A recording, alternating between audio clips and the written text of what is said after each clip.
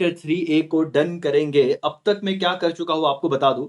दोस्तों जो आपको यहाँ पे मैं अभी मार्क कर रहा हूँ, ये आज हमारा चैप्टर 3A खत्म हो जाएगा 12 मार्क्स का। इसी के साथ-साथ चैप्टर 3 भी लाइव में हमने कंप्लीट किया है। चैप्टर 4 हमने कंप्लीट किया है, चैप्टर 5 हमने कंप्लीट किया है। इतने 4 चैप्टर मतलब आप वेटेज देखोगे तो करीब-करीब 44 मार्क्स के करीब-करीब आपका कंप्लीटली क्विक चार्ट रिवीजन हो चुका है, जिसमें मैंने कुछ बातें बहुत डिटेल में भी बताई हुई है। Chapter number 8 public finance already आपको मैंने चार्ट फॉर्म वाला दे दिया है। बहुत पहले दिया था, कुछ बच्चे शायद नए जुड़े हैं, तो उन्हें अभी आइडिया नहीं रहेगा। बट आप लोगों को मैं कह दूँ कि ये सारी चीज़ें आप तक पहुँच चुकी हैं। सो अच्छे से देखना इसे और समझना। और ये आपको ठीक है, अभी 1 मिनट ये जो है मैसेज है व्हाट्सएप चैनल पे भी शेयर करता हूँ ताकि बच्चे जुड़ेंगे, तो आइडिया नहीं रहेगा कि सेशन शुरू हुआ है। तब तक आप भी अपने दोस्तों को बताइए। आज हम लास्ट पार्ट कंप्लीट करने वाले हैं इसका।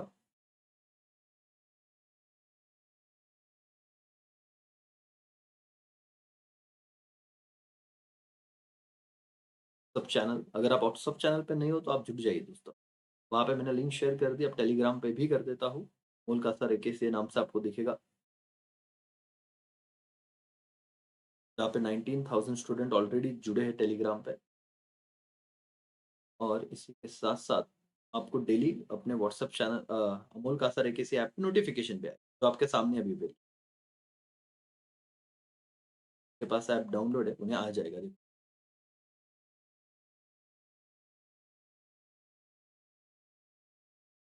Live session. ओके, सो भाई और बहनों, अब हम शुरुआत करते हैं हमारे चैप्टर नंबर 3A की, जहाँ से हमने इसे छोड़ा था। कल हम लॉ ऑफ डिमांड पे आए थे। इंट्रोडक्शन, स्टेटमेंट, शेड्यूल और ग्राफ हमने किया था। अब बस असम्पशन, एक्सेप्शन और ये वाली चीज़ बनती है न वेरिएशन इन डिमांड और चेंज इन डिमांड, जिस पे 2024 में 4 मार्क्स का सवाल आ गया था और 2022 में 8 मार्क्स का सवाल आया था। और ये कांसेप्ट बहुत इंपॉर्टेंट है। आपको कहीं न कहीं तो यहाँ से आपको पेपर में चीज़ें दिखने ही वाली।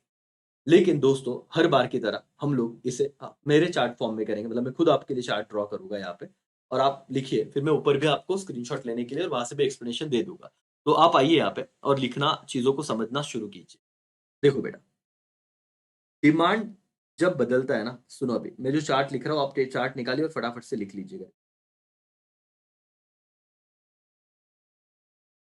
जब डिमांड बदलता है, तो वो 2 रीज़न की वजह से बदल सकता है। सुनो, पहला रीज़न है कि सिर्फ़ प्राइस चेंज हुआ, ओनली बिकॉज़ ऑफ प्राइस। अब लिखिए, आपको ना पूरे मार्क्स मिलेंगे अगर आप इस तरीके से भी याद रखोगे ना। Only because of only because of change in price.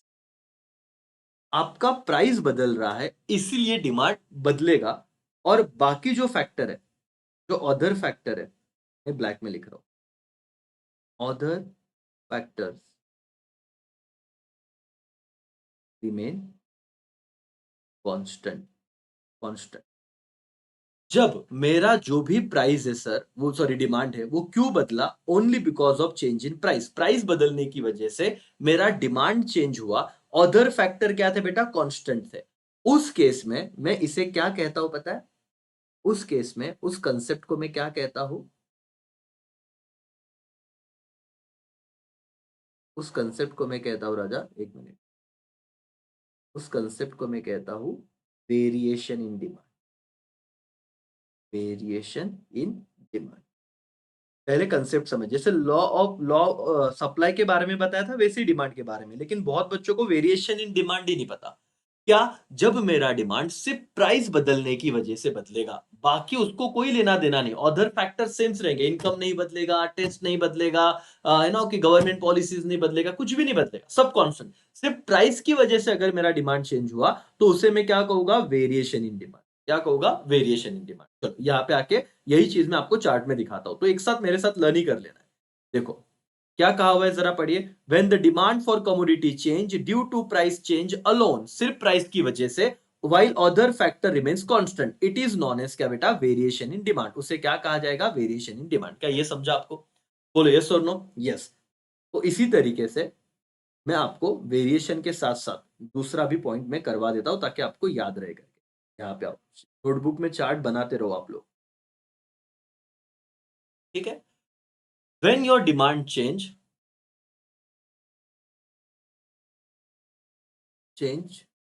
यहाँ पे लिखता हूँ, आपका डिमांड बदल रहा है, demand change due to other factors, other factors. आपका डिमांड बदल रहा है, किसकी वजह से बदल रहा है बेटा बताओ तो? अदर फैक्टर्स की वजह से। और यहाँ पे क्या रहेगा, यहाँ पे क्या रहेगा बताओ दूसरा पॉइंट फिर? चलो मैं लिख रहा हूँ, लिखिए ब्लैक, मतलब यहाँ पे जो ब्लैक में लिख रहा हूँ उस पर फोकस कीजिए। प्राइस रिमेन्स कांस्टेंट, प्राइस बदलेगा नहीं। ये कंसेप्चुअल चीज है दोस्तों, प्लीज इसे शांति से कीजिए क्योंकि इसके अलावा ये नहीं होगा, इसलिए मैंने आज का सेशन रखा, कल आपको सारी चीजें नहीं बताई, ठीक है। कल के लेक्चर में भी ले सकता था बट ऑलरेडी लेट हुआ, नेटवर्क का इशू आ रहा था, इसलिए आज ये सेशन रखा हुआ है। चेंज और वेरिएशन का ही कंसेप्ट पहले बता रहा हूं ताकि मॉर्निंग में फ्रेश इसमें आपका सब चीजें खत्म हो जाए, और ये आना ही चाहिए। डिमांड चेंज ड्यू टू क्या बेटा? Other factors, price remains constant. उस कंसेप्ट को हम लोग क्या कहेंगे? उस कंसेप्ट को हम लोग कहेंगे change in demand, change in demand. अब बच्चों के मन में क्या सवाल आता है पता है? सवाल ये आता है सर अदर फैक्टर मतलब क्या? जो डिटर्मिनेंट्स हमने देखा था ना बेटा, अदर फैक्टर में वही आता है कि इनकम आता है, प्राइस ऑफ सब्स्टिट्यूट गुड्स आता है, प्राइस ऑफ कॉम्प्लीमेंट्री गुड्स आता है, फिर यहाँ पे आपका गवर्नमेंट पॉलिसी आएगा, फ्यूचर एक्सपेक्टेशन आएगा। इसकी वजह से अगर आपका डिमांड बदला, प्राइस क्या है? कांस्टेंट है, ठीक है। तो उस ये बहुत इंपॉर्टेंट है। प्राइस क्या है बेटा? मेरा प्राइस मेरा कांस्टेंट है, उसमें कोई दिक्कत नहीं है, सिर्फ अदर फैक्टर बदले तो मेरा जो भी मतलब ये रहेगा, क्या मैं कहता हूं इसे, एक मिनट ये स्क्रीन ऐसे लेके आता हूं, तो उसे क्या कहा जाएगा? चेंज इन डिमांड कहा जाएगा। इतना समझा क्या? यस और नो? यस। अब चार्ट को थोड़ा और एक्सपांड कीजिए। वेरिएशन इन डिमांड हमें समझ गया था, वेरिएशन इन डिमांड में दो पार्ट हो गए बेटा। कौन से दो पार्ट हो गए समझिए, और इतना ही लिखोगे। 8 मार्क्स का आपका एक सवाल था 2022 का, और 25 में भी कुछ आए तो काम बच जाएगा। वेरिएशन में आप लोगों के दो पार्ट बनते हैं, एक एक्सपांशन और एक कॉन्ट्रैक्शन। एक्सपांशन इन डिमांड और एक रहेगा बेटा कॉन्ट्रैक्शन इन डिमांड, ये याद रखिए। एक्सपांशन मतलब क्या? जब तुम्हारा प्राइस फॉल होगा तो तुम्हारा डिमांड, हम क्या कहेंगे, ये कोरिलेशन में भी आता है, तो ओनली बिकॉज ऑफ प्राइस ना, सिर्फ प्राइस कम हुआ है, अदर फैक्टर कांस्टेंट है, उसकी वजह से जब डिमांड बढ़ेगा तो उसे हम क्या कहेंगे बेटा? एक्सपांशन। आप कहोगे डिमांड एक्सपांड हुआ। लैंग्वेज समझो, जब आपका प्राइस क्या होगा बॉस? प्राइस बढ़ेगा तो हम लोग क्या कहते हैं उसको? कि डिमांड हमारा कम होता है, और कम होने को एक लैंग्वेज है क्या बेटा? कॉन्ट्रैक्शन। आप कहोगे डिमांड कॉन्ट्रास्ट हुआ, दैट्स ऑल। तो वेरिएशन इन डिमांड में दो वर्ड आएंगे, एक्सपांशन और क्या बेटा? कॉन्ट्रैक्शन, ये समझिए। उसके बाद चेंज इन डिमांड के दो शब्द क्या है? चेंज इन डिमांड के दो शब्द है, एक इंक्रीज इन डिमांड और दूसरा डिक्रीज इन डिमांड। लिखिए ये, चलो, इंक्रीज इन डिमांड और दूसरा क्या? Decrease in demand. इसे कैसे समझना है सर? फॉर एग्जाम्पल आपका इनकम बढ़ गया, अब इनकम बढ़ा, प्राइस कांस्टेंट है, तो इनकम बढ़ने की वजह से डिमांड बढ़ेगा, तो उसे एक्सपांशन कहे कि इंक्रीज कहे? आंसर इज, उससे मैं कहूंगा डिमांड इंक्रीज हुआ, एक्सपांड नहीं हुआ सर। अब दोनों ही बढ़ना होता है, लेकिन ये वर्ड जो है ना, ये ऑब्जेक्ट में बहुत परेशान करते हैं कुछ बच्चों को। तो यहाँ पे मैं क्या कहूंगा? Demand increase. क्यों इंक्रीज? क्योंकि इनकम की वजह से बढ़ा। वैसे आपका फ्यूचर एक्सपेक्टेशन हो, कुछ भी हो, अदर देन प्राइस छोड़ के डिमांड अगर बढ़ा तो आप बोलना इंक्रीज, और उस कंसेप्ट को बोलेंगे चेंज इन डिमांड। सिंपल सी बात है। उसी तरीके से डिक्रीज में, अगर आपका इनकम कम हो गया, आपका इनकम कम हो गया तो आपका डिमांड भी कम हो जाएगा, लेकिन ये किसकी वजह से हो रहा है? प्राइस की वजह से क्या? नहीं सर, अदर फैक्टर की वजह से। तो इसको मैं क्या बोलूंगा? Decrease in demand. That's all बेटा। यहाँ पे आओ, अब चार्ट में आओ और चार्ट में समझो करके। इंक्रीज मैंने बता दिया था, मतलब वेरिएशन डिमांड का मीनिंग बताया था, यस और नो? अब आप चेंज का पढ़ लीजिए, तो आपके सामने आ रहा है, पढ़िए फटाफट से, पढ़िए पढ़िए पढ़िए पढ़िए, क्या दिया है देखिए। चेंज मतलब क्या? चेंज इन डिमांड मतलब क्या? डिमांड वर्ड देखो क्या बोला है, एक इंक्रीज और decrease due to change in factor other than price, price remains constant. तो ये वर्ड आपका आना चाहिए इसमें, चेंज में। ओके, वेरिएशन में दो चीजें रहेगी, एक एक्सपांशन और दूसरा क्या बेटा? कॉन्ट्रैक्शन। और चेंज में दो चीजें रहेगी, क्या? इंक्रीज और एक क्या राजा, डिक्रीज, बस दैट्स ऑल। और आप इतना लिखोगे, आप चार्ट बनाओगे, खत्म। और ये सवाल कहाँ पे आया था, देखो यहाँ पे, अब वो भी देख लीजिए कैसे, बाद में अपने को कुछ चाहिए नहीं। ये वाला सवाल देखो 8 मार्क्स का, इतना सा जवाब था लेकिन बच्चे करके ही नहीं गए तो 8 मार्क्स मिले ही नहीं। ये देखो ये वाला क्वेश्चन है,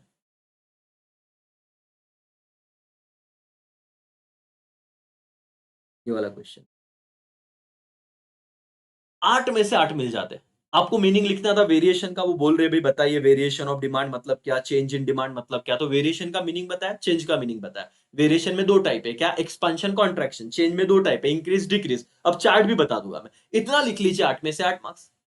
सर वो छोड़ो, तुम बोलोगे रिसेंट पेपर में बताओ, सर रिसेंट पेपर अपने को ज्यादा ऐसे ना सर वो नको। तो रिसेंट पेपर 2024 का पेपर देखिए, 2024 का पेपर है, यहां पे आपको एक चार्ट दिया हुआ है, और चार्ट में ये डिमांड कर्व है, ये क्या है बेटा, डिमांड कर्व। और डिमांड कर्व ना शिफ्ट हुआ है, अब मैं आपको सिखाऊंगा कि डिमांड कर्व शिफ्ट कब होता है। ये अपवर्ड राइट साइड को शिफ्ट हुआ है, ये लेफ्ट साइड को शिफ्ट हुआ है, लेकिन इसे इसे मूवमेंट नहीं, क्या कहते हैं, शिफ्ट। और क्या सवाल है देखो, right word shift demand curve, तो क्या वर्ड होगा, आप यहां पे लिखते इंक्रीज इन डिमांड, एक्सपांशन नहीं, ये लॉजिक है ना। फिर आप बोलते हैं लेफ्ट वर्ड शिफ्ट, क्या बेटा, डिक्रीज इन डिमांड, इसमें प्राइस रिमेन्स क्या होगा, कांस्टेंट। ये कैसे समझ रहा है, देखो यहाँ पे प्राइस एक ही जगह पे, प्राइस ना ऊपर जा रहा है ना नीचे जा रहा है, लेकिन उसके लिए शांति से पढ़ना पड़ेगा। और मैं उन बच्चों के लिए यहाँ पे जुड़ा हूं जिसे ना सच में समझना है, भागना नहीं है ना, इसीलिए मॉर्निंग में सेशन लिया। भले यहाँ पे 10 बच्चे देखो, 10,000 बच्चे देखो, सर डजंट मैटर। ठीक है, आप लोगों को अगर एक बार समझ गया, कॉन्फिडेंस आ गया ना, फिर आप वो पेपर को डील कर पाओगे, नहीं तो इसी की वजह से पेपर छुटता है हमारा। ठीक है, ये वाली चीज समझ रहे हो। और फिर क्या बोला कि इस कंसेप्ट को, increase and decrease in demand under क्या बेटा, चेंज इन क्या बेटा, डिमांड। वेरिएशन नहीं है, किसमें आता है, चेंज इन डिमांड में आता है। तो 4 में से 4 मार्क्स बनेंगे, लेकिन एक कंसेप्ट कहां से जन्म ले रहा है, वेरिएशन और चेंज से। ये रिसेंट पेपर का सवाल है राजा। और इसी तरह मैं आपको बताऊं,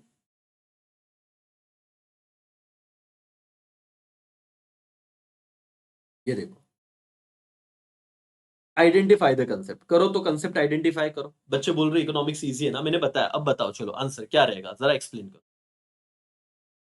कंसेप्ट जो बताया, क्या बोल रहा है, due to mandatory use of mask, government ने क्या बोला कि अभी मास्क सबको मैंडेटरी यूज करना है, इधर कोरोना में जो आया था। ये अभी 2024 का पेपर है बेटा। Demand for mask producing labour has increase. ठीक है भाई, मैं आपको बेसिक बताता हूं कि यहाँ पे क्या प्राइस की वजह से डिमांड बढ़ा, क्या, सिर्फ इतना देख लेना कि अदर फैक्टर्स की वजह से बढ़ा। तो अगर इस एंगल से मैं आपको पूछूं तो क्या रहेगा, जरा मेरे कंसेप्ट के एंगल से बताना। ये वेरिएशन रहेगा कि चेंज रहेगा, भले कमेंट अभी फिलहाल ऑफ है, मैं देखता हूँ टीम को बोलता हूँ, लेकिन आप अपने अपने हिसाब से आंसर दो, सर क्या रहेगा। अगर आप प्राइस की वजह से चेंज नहीं बोल रहे हो, ये तो अदर फैक्टर है, क्योंकि आपका गवर्नमेंट ने कंपल्शन वगैरह किया, प्राइस का कोई लेना देना नहीं, तो इसे क्या कहेंगे, चेंज इन डिमांड कह सकते हैं। मैं मेरे कंसेप्ट को यहाँ पे रिलेट कर रहा हूँ, यस और नो। यस सर, तो इस तरीके से बेटा, इसलिए इसे ध्यान से देखिए। और बहुत सिंपल है, ज्यादा कुछ नहीं बॉस, आइए यहाँ पे समझ लीजिए। क्या कहा हुआ है, एक्सपांशन, एक्सपांशन में सिंपल मैंने ऑलरेडी चार्ट में बता दिया, वैसे ही है कि refers to increase in quantity demand due to fall in price. हमें पता है इनवर्स रिलेशनशिप है। एक्सपांशन मतलब आपका डिमांड बढ़ेगा, लेकिन किसकी वजह से, प्राइस कम होने की वजह से, other factor remains constant. Okay, demand move downward same कर, मतलब यहाँ पे देखो, आप ऐसे वाई एक्सिस बनाओगे, ये एक्सिस बनाओगे, आप टेक्स्ट बुक में भी देखिए, ये प्राइस ओरिजिनल प्राइस है, प्राइस कम हुआ, टेक्स्ट बुक ऑब्जर्व कीजिए बेटा, जैसे प्राइस कम हुआ तो डिमांड तुम्हारा ऐसे बढ़ा हुआ दिखेगा, और यहाँ पे डिमांड को डाउनवर्ड मूवमेंट करेगा, ये देखो मूव्स डाउनवर्ड। एक्सपांशन में क्या लिखना है, डिमांड को डाउनवर्ड मूव्स करेगा, ठीक है। वही कॉन्ट्रैक्शन, कॉन्ट्रैक्शन मतलब क्या, डिमांड का कम होना, decrease in quantity demanded due to क्या, राइज इन प्राइस, तुम्हारा प्राइस बढ़ा तो डिमांड क्या हुआ, कम, अदर फैक्टर कांस्टेंट। और डिमांड को ये देखो आईएमपी करो, अपवर्ड मूव करेगा, बताता हूं कैसे। आप टेक्स्ट बुक में जाइए, ये चार्ट देखिए, ये पहला नॉर्मल प्राइस था, ये नॉर्मल क्वांटिटी था, फिर प्राइस बढ़ा, ये P1 हो गया, तो क्वांटिटी कम हो गया, तो यहाँ पे डिमांड कर्व का स्लोप तो तुम्हें ऐसे ही दिखेगा, लेकिन उसके साइड में एक एरो दिखेगा जिसका जो डायरेक्शन रहेगा वो अपवर्ड की तरफ रहेगा। तो इसीलिए जब कॉन्ट्रैक्शन आएगा ना, तो ये वर्ड याद रखना, ऑब्जेक्टिव में आ सकता है। कॉन्ट्रैक्शन में जो डिमांड कर्व है वो मूवमेंट करेगा किधर, अपवर्ड की तरफ, और एक्सपांशन में डिमांड कर्व मूवमेंट करेगा डाउनवर्ड की तरफ। ये दो वर्ड याद रखना, ये बहुत इंपॉर्टेंट। एक्सपांशन में वो डाउनवर्ड मूव करेगा, कॉन्ट्रैक्शन में अपवर्ड मूव करेगा, दैट्स ऑल। देखते जाओ। तो सर यहाँ पे मैं लिखता हूँ, आइए यहाँ पे, ये चार्ट में आप लिखिए, अपने हाथों से लिखिए, एक्सपेंशन। एक्सपेंशन में एक तो बता दिया, मीनिंग बता दिया आपने एक्सपेंशन का। क्या था सर मीनिंग? मीनिंग सिंपल था, जब प्राइस कम होगा तो डिमांड बढ़ेगा, उसे एक्सपेंशन कहते हैं। कर्व निकालो चलो। यहाँ पे आप नॉर्मल प्राइस लिखोगे और यहाँ पे आप नॉर्मल क्वांटिटी लिखोगे। फिर जो बदलेगा उसे हम क्या बोलेंगे? जो बदलेगा उसे P1 नाम देते हैं कि प्राइस कम हुआ। प्राइस अगर कम हुआ तो क्वांटिटी क्या होगा बेटा? बढ़ेगा, Q1। ठीक है, ये तुम्हारा डिमांड कर्व है। और जब तुम्हारा प्राइस बढ़ता है तो डिमांड कर्व का जो मूवमेंट है बेटा, वो कैसे दिखाओगे? मैं ब्लैक में निकाल रहा हूँ, ऐसे एरो निकालो और यहाँ पे लिखोगे movement of demand curve, movement of demand curve on same line पे। देखो ये सेम कर्व पे मूवमेंट कर रहा है, शिफ्ट नहीं हो रहा है। अब हम इधर क्या देखेंगे? ये जो है ना, क्या बोलते हैं, एक्सपांड, चेंज में हम देखेंगे वो शिफ्ट हो, लेकिन एक्सपांशन में और कॉन्ट्रैक्शन में, मतलब वेरिएशन में शिफ्ट नहीं हो रहा, सिर्फ मूवमेंट होगा। अभी यहाँ पे भी बताता हूँ, देखो यहाँ पे ड्रॉ करो, कॉन्ट्रैक्शन में वाई एक्सिस, एक्स एक्सिस। पहले मेरा नॉर्मल प्राइस था, ये पी और क्यू। फिर मेरा प्राइस बढ़ा, P1 हो गया, प्राइस ऊपर गया ना। और जब प्राइस ऊपर होगा तो क्वांटिटी क्या होगा? पीछे आएगा, कम होगा। तो ये नया चीज, यहाँ पे मेरा डिमांड तो जा रहा है, लेकिन इधर मैं मूवमेंट कैसे लिखूं बेटा? Upward, moves upward. यहाँ पे लिखना मूव्स डाउनवर्ड, यहाँ पे आप लिखोगे मूव्स अपवर्ड। बस इतना लिखा तो भी चल जाएगा। इतना चार्ट लिखो वेरिएशन का। वेरिएशन इन डिमांड में दो बातें, और दो बातों में इतना चार्ट, इतना लिख लिया, खत्म बात, कोई टेंशन नहीं रहे। जो पिंक और ब्लैक है उसे आप ध्यान से देखिएगा। Done everybody? यस और नो? Okay sir.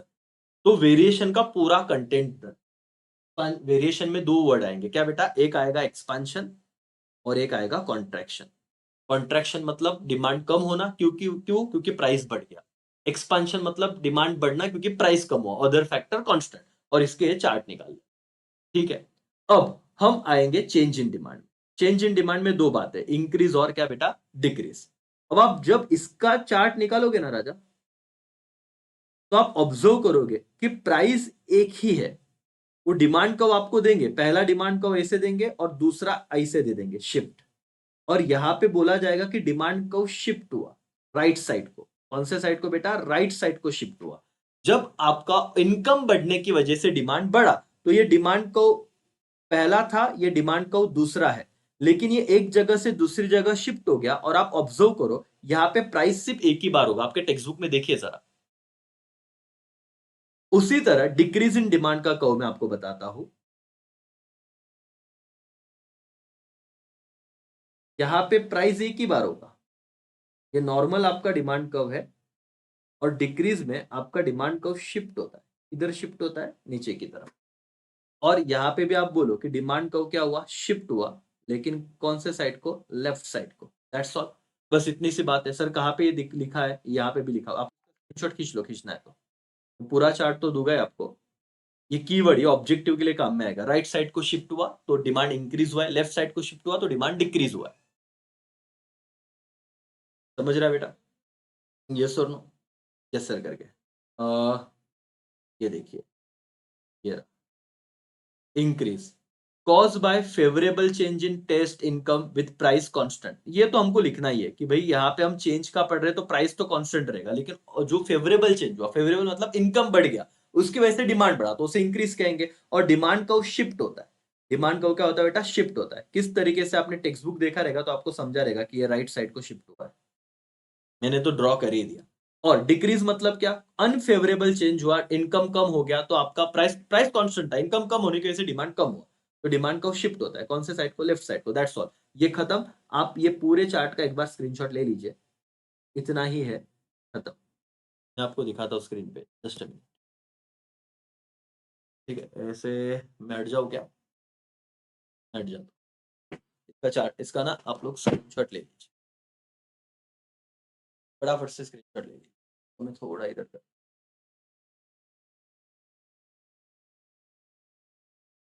इतना आपने एक्सपांशन कॉन्ट्रैक्शन में लिखा भी ना, वो भी काफी बढ़िया है। और ये जो वर्ड है ना बेटा, ये मीनिंग है इसका, ये मीनिंग है एक्सपेंशन का, ये मीनिंग है कंस्ट्रक्शन। चलो, इतना चार्ट कर लिया, 8 में से 8, 4 मार्क्स तो फिक्स है 2025 में, आप लोगों के 4 मार्क्स तो फिक्स है। वापस से एक बार मैंने रिवाइज करा दिया है, इसमें कोई दिक्कत नहीं। सर इतना लिखा तो मार्क्स मिलेगा बेटा, इतना लिखा मतलब ये तेरे कंसेप्चुअल अंडरस्टैंडिंग के लिए था राजा। मतलब तू यहाँ पे इतना ही थोड़ी ना लिखेगा, मतलब अब तेरे को आइडिया आ गया चार्ट में और क्या लिखना है करके। ठीक है, डन।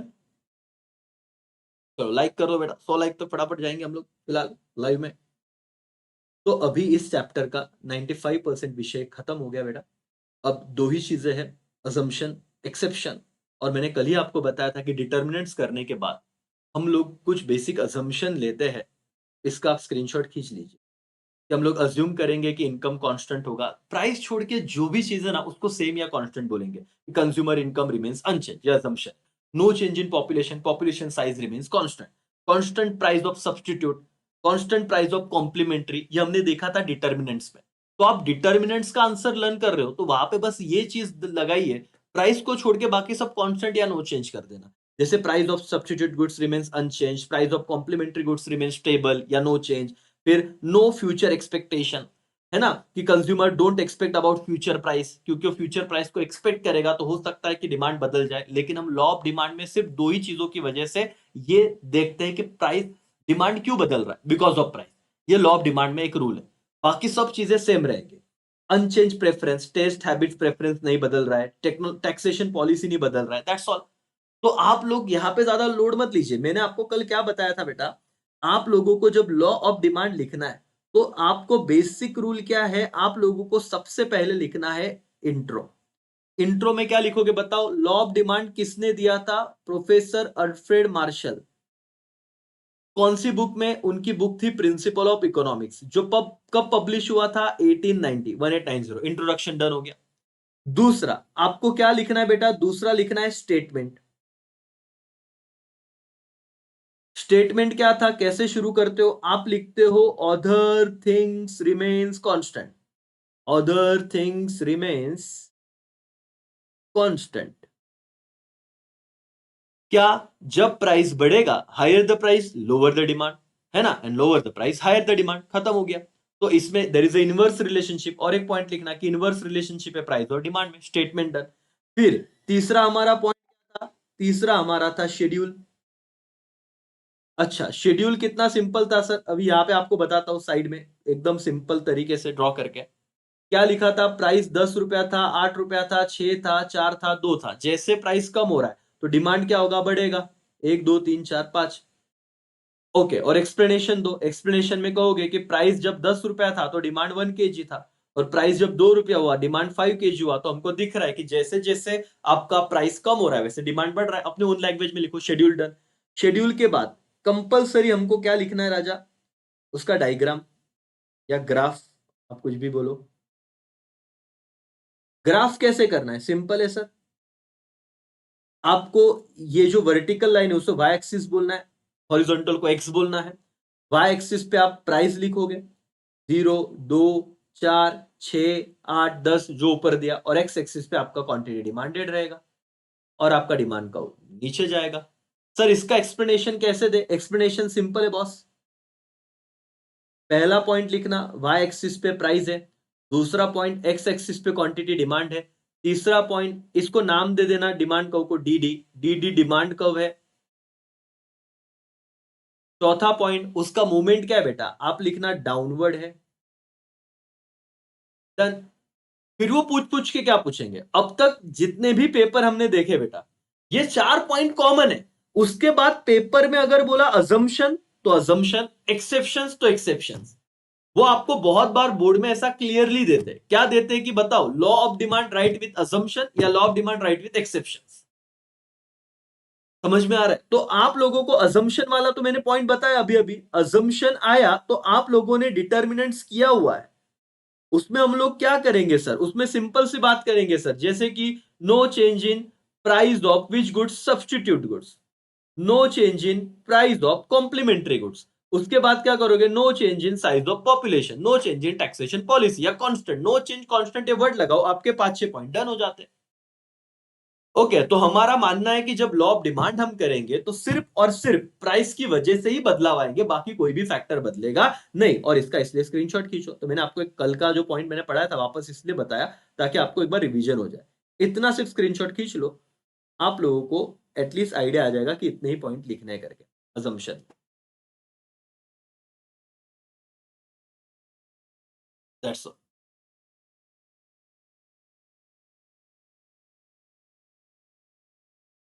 समझो बेटा, रिवीजन हो रहा है, बाकी कुछ नहीं, पढ़ लिया हमने, हमको आ रहा है, अब समझ में आ गया सर। और ये तो किया ही हुआ था। फिर हम क्या देखने वाले हैं सर, एक्सेप्शंस। और एक्सेप्शंस में क्या देखेंगे, एक्सेप्शनल डिमांड कर्व। वैसे लॉ ऑफ डिमांड का जो डिमांड कर्व है वो डाउनवर्ड होता है, लेकिन एक्सेप्शन में डिमांड कर्व अपवर्ड चला जाता है। क्या सर, इसका एक्सप्लेनेशन है, इन एक्सेप्शनल केसेस कंज्यूमर में buy more when the price rise and less when the price fall. अब ये ना पूरा उल्टा दिमाग चलेगा। ये फ्यूचर एक्सपेक्टेशन का एक एग्जांपल देता हूं। कोई चीज 10 रुपए में है, कल जाके वो 12 रुपए में हुई, तो प्राइस बढ़ा तो डिमांड कम होना चाहिए था। लेकिन कंज्यूमर का एक्सपेक्टेशन है ये चीज 100 रुपए तक जा सकती है, तो कंज्यूमर क्या करेगा, बढ़े हुए प्राइस पे, हाई प्राइस पे जब प्राइस बढ़ रहा है तो वो क्या कर रहा है, ज्यादा बाय कर रहा है, buy more when price rise. तो जब ज्यादा प्राइस ज्यादा बाय करेगा, ये तो लॉ ऑफ डिमांड को अपोजिट हो जाएगा, इसलिए इसको एक्सेप्शन बोलते हैं। एक्सेप्शन मतलब अपोजिट। हमारा रूल क्या है, जब प्राइस बढ़ेगा डिमांड कम होना चाहिए, लेकिन एक्सेप्शन में क्या हो रहा है, प्राइस बढ़ रहा है डिमांड बढ़ रहा है, दिस इज एक्सेप्शन। और ये ऐसा क्यों होगा भाई, ये रीजन है, गिफन पैराडॉक्स। एक्सेप्शन क्या बोलता है, जब प्राइस कम हो तो डिमांड बढ़ना चाहिए, लेकिन गिफन पैराडॉक्स में आपको शॉर्ट में बताओ बेटा, सर रॉबर्ट गिफन की बात की थी। सर रॉबर्ट गिफन क्या बोल रहे थे, उन्होंने कहा कि हम लोग, वो इंग्लैंड में घूम रहे थे, तो उन्होंने देखा कि भाई कुछ लोगों का जो इंफीरियर गुड्स है, इंफीरियर मतलब लो क्वालिटी गुड्स जैसे ब्रेड, उसका डिमांड फॉल हो गया, गिर गया, when their price decrease because consumer prefer superior goods, for example meat, as their purchasing power increase. ये मैं बहुत अच्छे से बताता हूं बेटा। मेरा एग्जांपल क्या होता है, सपोज एक फैमिली में 4 लोग हैं, वो पहले एक ही बंदा कमा रहा था, उनके पापा, एक थोड़ा हाइपोथेटिकल एग्जांपल है, सपोज 100 रुपए कमा रहे थे, और हर एक बंदा एक एक ब्रेड खा रहा था, तो 25 रुपए का एक ब्रेड था। वो 4 ब्रेड ला रहे थे, उनका पैसा खत्म, 100 रुपया कमाया, 100 रुपया गया, ये पुराना केस था। अब इस ब्रेड का प्राइस 25 रुपया नहीं है, इस ब्रेड का प्राइस हो गया सर 1 रुपया। तो अगर प्राइस कम हुआ तो उन्होंने ज्यादा ब्रेड खरीदना चाहिए था ना। बेटा समझो, अगर ये 4 ब्रेड भी खरीदेंगे तो 4 रुपया खर्चा होगा, कमा कितना रहे, 100 रुपया, खर्चा हो रहा है 4, कितना बच रहा है, 96। तो क्या बढ़ गया, परचेसिंग पावर बढ़ गया। बहुत बार बच्चों को ये नहीं समझता परचेसिंग पावर मतलब क्या। बेटा जब 25 रुपए की चीज 4 चीजें खरीदते थे, 100 रुपया खर्चा हो रहा था, 100 कमाया 100 गया, कुछ नहीं बचा। लेकिन जब उसका प्राइस कम हुआ इंफीरियर गुड्स का, तो उनका रियल इनकम बढ़ा, मतलब 96 रुपीज सेव हुए। तो अब उन्होंने ब्रेड नहीं खरीदा ज्यादा, सुपीरियर गुड्स, अच्छा क्वालिटी का गुड्स उन्होंने ज्यादा खरीदा। तो एक्सेप्शन क्यों है सर, इसलिए एक्सेप्शन है कि ब्रेड का प्राइस कम हुआ लेकिन ब्रेड का डिमांड बढ़ा नहीं। ब्रेड का प्राइस कम हुआ, ब्रेड का डिमांड भी कम हो गया। ये इंफीरियर गुड्स में होता है, इंफीरियर मतलब लो क्वालिटी। याद रखो, this is exceptions to law of demand. Sir Robert Giffen का खत्म हो गया।